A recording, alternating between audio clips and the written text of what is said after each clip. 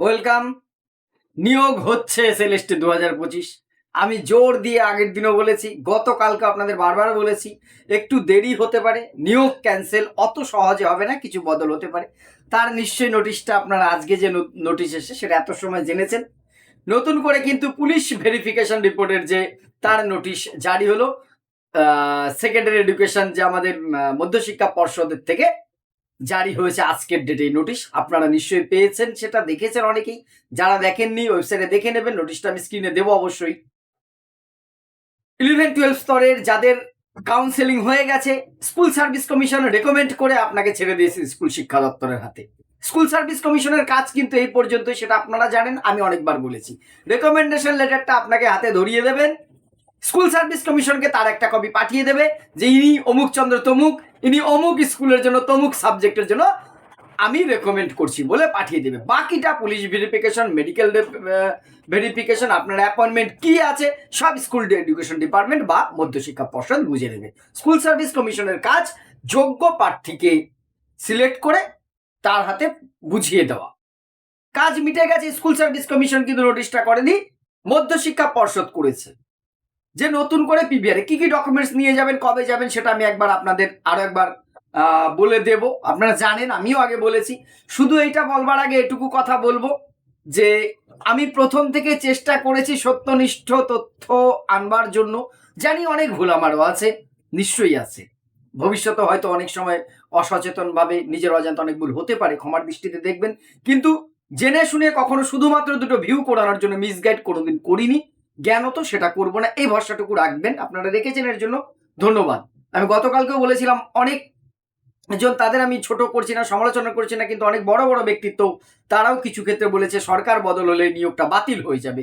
আমি বলেছিলাম একটু দেরি হলেও হবে। যাই হোক, পুলিশ ভেরিফিকেশন 14, 15, 18, 19, 20 এই 5টা ডেট কিন্তু চলে এসছে। নোটিশটা আমি দিয়েছি, দেখতে পাচ্ছেন, অথবা আপনি ওয়েবসাইটে যেও মধ্যশিক্ষা পর্ষদের ওয়েবসাইটেও কিন্তু আপনি দেখতে পারবেন।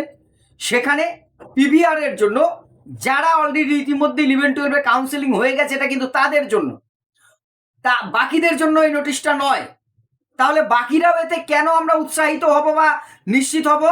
যে চাকাটা গড়িয়েছে, থেমে থাকে নেই। অর্থাৎ ইঞ্জিন যদি আগায়, বগি তো জোড়া আছে, বগিও আগাবে, চাপ নেই, নিশ্চিন্ত থাকুন। সামান্য হেরফের হতে পারে, নিয়োগ হবে। এই ডেটে যে নির্দিষ্ট লিস্ট আছে, আপনার নামের তালিকাটা ওর মধ্যে আছে কিনা দেখে নেবেন। আমি সব কয়েকটা পেজ দিলাম যে এইরকম ডেট দিয়ে থাকবে, সম্পূর্ণ লিস্টটা দিয়ে বেকার ভরাক্রান্ত করছি না, আপনারা দেখে নেবেন। কি কি নিয়ে যাবেন একবার একটু মনে করিয়ে দিই, যদি নোটিশ থেকেই নেওয়া আমার। প্রথম কথা, পিভিআর যে ফর্ম, যদি না থাকেন এই ওয়েবসাইট থেকে আপনি ক্লিক করে পেয়ে যাবেন।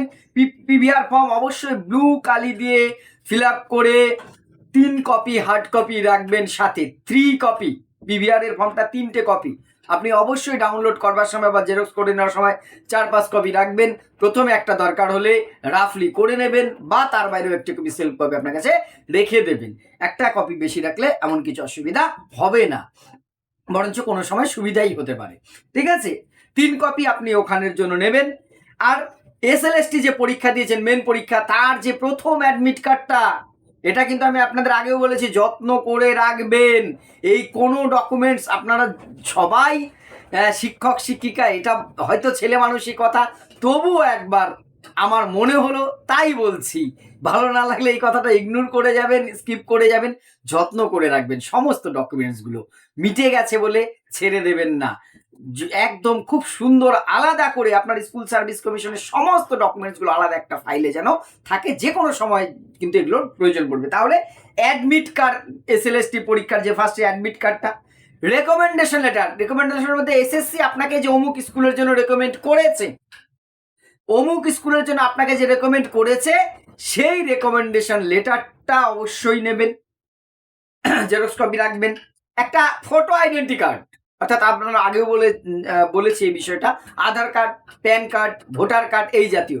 এক্ষেত্রে আপনাকে আবারও একবার আমি সতর্কবাণী মনে করিয়ে দিই, যে কার্ডটির সাথে আপনার এই এসএলএসটির ডকুমেন্টসের বা মাধ্যমিক বা অন্যান্য ডকুমেন্টসের নামের হুবহু মিল আছে, সেই ডকুমেন্টসটা রাখবেন। সমস্ত কিছু আপনার আছে। কেন বলছি? কখনো কখনো আমার নিজের যেমন ছিল, এই জন্যই আমি এটা আপনাদের বারবার স্মরণ করিয়ে দিই, অনেক সময় নামের স্পেলিংয়ের একটু গন্ডগোল থাকে। চক্রবর্তীতে BO হয়, BAও হয়। আমার চক্রবর্তী টাইটেল ওই BA, অর্থাৎ যেই আধার প্যান বা ভোটার যেটার সাথে হুবু মিলবে সেই ডকুমেন্টসটাকে ফার্স্ট প্রায়োরিটি দিয়ে নেবেন। এইটা আই কার্ডের সাথে কি লাগবেন, যদি আপনি কোনো কাস্ট বিলং করেন, SC ST OBC, সেই কাস্ট সার্টিফিকেটটা। এক্ষেত্রে আপনারা জানেন কি কি শর্ত আছে, সেটা নিয়ে আমি আর বড় করছি না। যদি ফিজিক্যালি আপনি দিব্যাঙ্গ হয়ে থাকেন তাহলে চ্যালেঞ্জড হলে সেই সার্টিফিকেটটা অবশ্যই রাখবেন। 2 কপি রিসেন্ট পাসপোর্ট সাইজ ছবি লাগবে, কিন্তু এটা আপনার কাছে আছে, না থাকলে তুলে নেবেন, অসুবিধা নেই। দুটো অর্থ ছবি। MP মাধ্যমিক পরীক্ষার যে অ্যাডমিট কার্ডটা, আপনারা জানেন এটা আমাদের সর্বঘটে কাঠালি কলা, সব জায়গায় লাগবে MP, কারণ এজ হিসেবে দেখবার জন্য আপনার কিন্তু ডেট অফ বার্থটা ওইটাকেই এখন অব্দি মান্যতা দেয়। ফলে মাধ্যমিকের অ্যাডমিট সার্টিফিকেট, মার্কশিটের কথা বলেনি, কিন্তু অ্যাডমিট সে আপনি সাথে করে নিয়ে গেলে অসুবিধা নেই, কিন্তু মাধ্যমিকের অ্যাডমিটটা ভুলবেন না। যেহেতু আপনি 11-12 এর জন্য আপনার, অর্থাৎ PG post graduate MA MSc বা MCom এর যে ডকুমেন্ট আছে, অর্থাৎ সার্টিফিকেট এবং মার্কশিট, তার কপি রাখবেন এবং অরিজিনাল রাখবেন। সবই কিন্তু অরিজিনাল এবং জেরক্স সব লাগবে কিন্তু। আর BEd এর মার্কশিট, সার্টিফিকেট, ফাইনাল সার্টিফিকেট এবং মার্কশিট। প্রফেশনাল নিয়ে একটা গন্ডগোল, সেটা নিয়ে আমি আগে সতর্ক করেছি, চেষ্টা করবেন অরিজিনালটা নেবার। যদি না পাওয়া যায় তার রেফারেন্স নিয়ে যাবেন, কেন পাওয়া যায়নি। এছাড়া যেটা আসছে, মহিলাদের ক্ষেত্রে অনেকেরই বিয়ের পরে পদবি বা টাইটেলটা চেঞ্জ হয়, অনেকের আছে। যাদের চেঞ্জ হয়নি তাদের এইটা নয়, এই কলমটা তাদের জন্য নয়। যাদের চেঞ্জ হয়েছে তাদের জন্য। ধরুন আপনি ছিলেন রায়, পরবর্তীতে পাল, বিয়ে হয়েছে আপনার হাজবেন্ড, সে চেঞ্জ হয়ে গেছে, টাইটেল পাল হয়েছে বা পাল রায় হয়েছে, রায় পাল হয়েছে, সেক্ষেত্রে ম্যারেজ সার্টিফিকেট সেটা যদি না থাকে, আপনার যদি অ্যারেঞ্জ ম্যারেজ হয় বা অন্য কিছু ব্যাপার মানে সেরকম না থাকে সার্টিফিকেট কোনো কারণে, তাহলে একজন ফার্স্ট ক্লাস ম্যাজিস্ট্রেটকে দিয়ে অবশ্যই একটা এফিডেভিট করে নেবেন।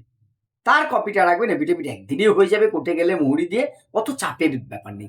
এই ডকুমেন্টসগুলো সব কটার অরিজিনাল আপনার কাছে থাকবে যখন PVR-এ যাবেন, এবং প্রত্যেকটার জেরক্স সেট আপনার কাছে থাকবে। এই জিনিসগুলো গুছিয়ে নিয়ে যান। যার যে ডেটে দেখে নেবেন, নিজের নামের সাথে দেখে নিয়ে 14 তারিখ চলে গেলাম মানেই হয়ে গেল, অবশ্যই যার 14 তারিখ সে তো যাবেনি।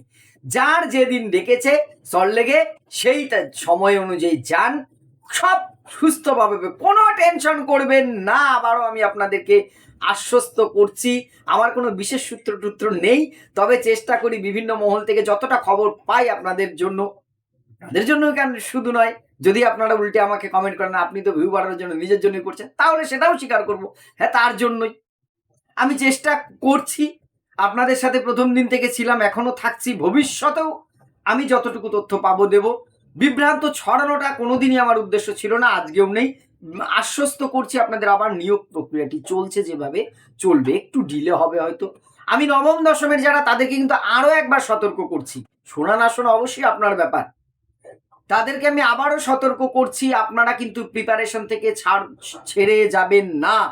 দয়া করে প্রস্তুতির মধ্যে থাকুন, সব হয়ে গেছে ভেবে গুটিয়ে থাকবেন না। আপনার একটু এক্সট্রা প্রিপারেশন অন্যের থেকে আপনাকে অনেকটা এগিয়ে রাখবে। আমি আগেও বলেছিলাম নবম দশমের ইন্টারভিউ ভেরিফিকেশন চাই, ইন্টারভিউ এটা কিন্তু ভোটের পরেই হবে, সেটা আর তো ভোটের আগে হওয়ার উপায় নেই। ভোট হয়ে গেছে, মন্ত্রিসভা গঠিত হবে, দেখা যাক। নতুন SSCর চেয়ারম্যান নিশ্চয়ই বদল হবে, তারা এসে কিভাবে করে, কিন্তু পেন্ডিং কাজগুলো যে এগিয়ে যাচ্ছে, এটা কিন্তু একটি খুব শুভ সংকেত আমাদের জন্য। যারা SSCর জন্য আপনারা এত কষ্ট করে এই জায়গায় এসছেন, সত্যি এখানে যদি ডিলে হয় সেটা খুব দুঃখজনক। তেমন কিছু ব্যাপার এখনো হচ্ছে না। এর পরেও আরো একটা লিস্ট আছে, সেটা আমি পরে আপনাদের আর একটু দেখে জানানোর চেষ্টা করব, আর আপনাদের প্রশ্নের উত্তরও আমি দেওয়ার চেষ্টা করব। আর যদি আপনাদের মতামত অবশ্যই কমেন্ট বক্সে জানাবেন, আর আমার ভুল ত্রুটিগুলো 100 বার কমেন্ট বক্সে জানিয়ে আমার ভুল ত্রুটি ধরিয়ে দেবেন। নতমস্তকে স্বীকার করে নেব, আপনাদের কাছ থেকে অনেক শিখছি, আরো শেখার চেষ্টা করব। ধন্যবাদ।